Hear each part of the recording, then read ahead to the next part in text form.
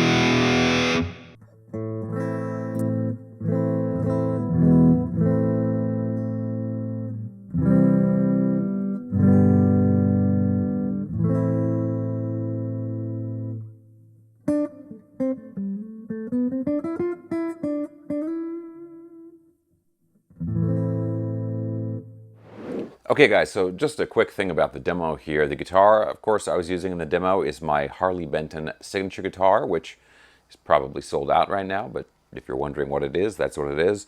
Now let's talk a little bit more about this thing and some of the capabilities it has in it, you know, the good and the bad. So the first thing is I'm just really impressed with the quality of the tones and also somewhat the variety, considering how inexpensive this thing is.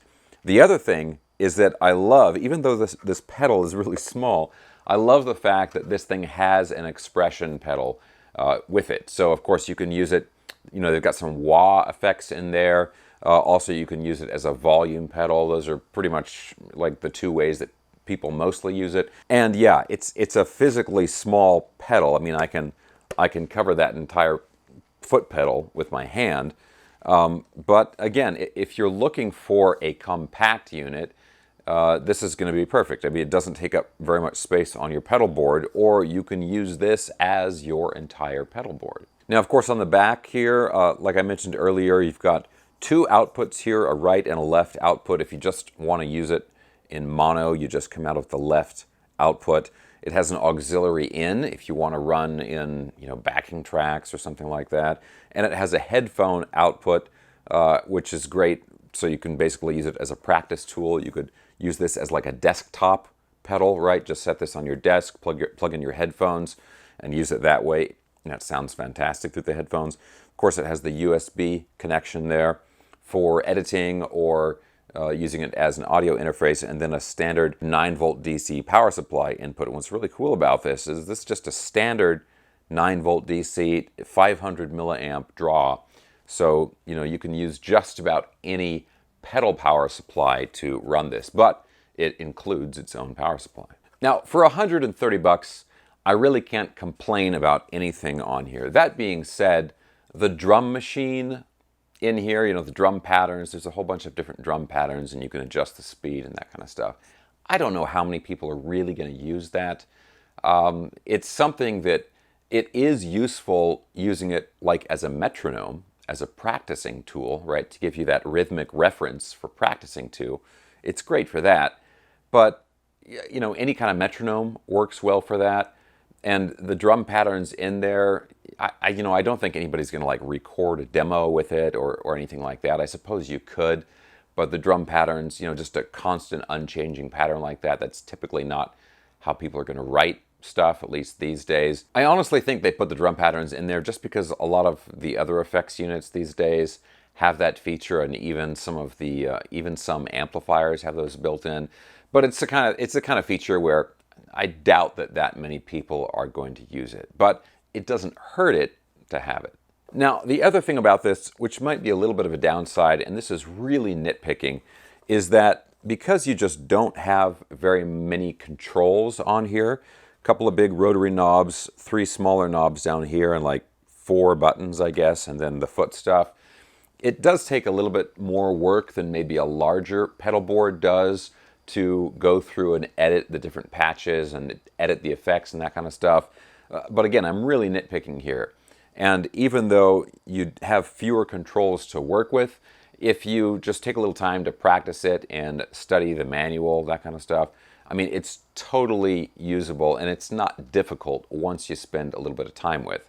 And of course, the trade-off, right, is that it's a much more compact, smaller unit, and with fewer controls, fewer knobs, and less physical stuff here, I mean, that helps keep the price down, right? So I think there's a lot of people that would, prefer to pay $130 for this and have fewer controls, fewer knobs, take maybe a little bit longer to edit the patches, than pay, let's say, $300 for the same sounds, but just a little bit more convenience because it's in a physically larger package. I think there's a lot of people out there that would rather save the money and go with something like this.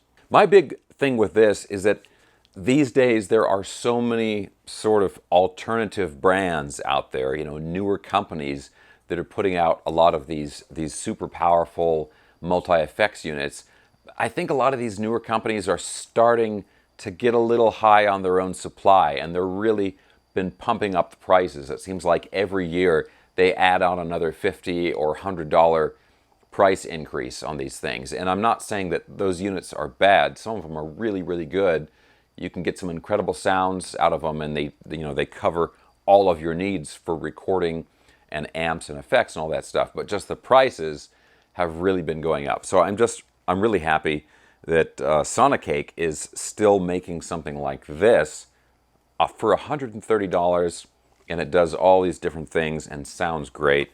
I'm just really glad that there are companies out there that are still making really affordable gear like this. Okay guys, but let me know what you think about this down in the comments section below. This is a fairly new piece of gear, but I know there's still going to be people out there who own it, and if you do own this, what has your ownership experience been like? How has the reliability been over the time that you've had it? All that stuff, it's all really useful for me and the other people watching to know about that stuff. All right, guys, so leave your comments down below. And of course, as usual, I'm going to have links for everything I was talking about down in the video description below.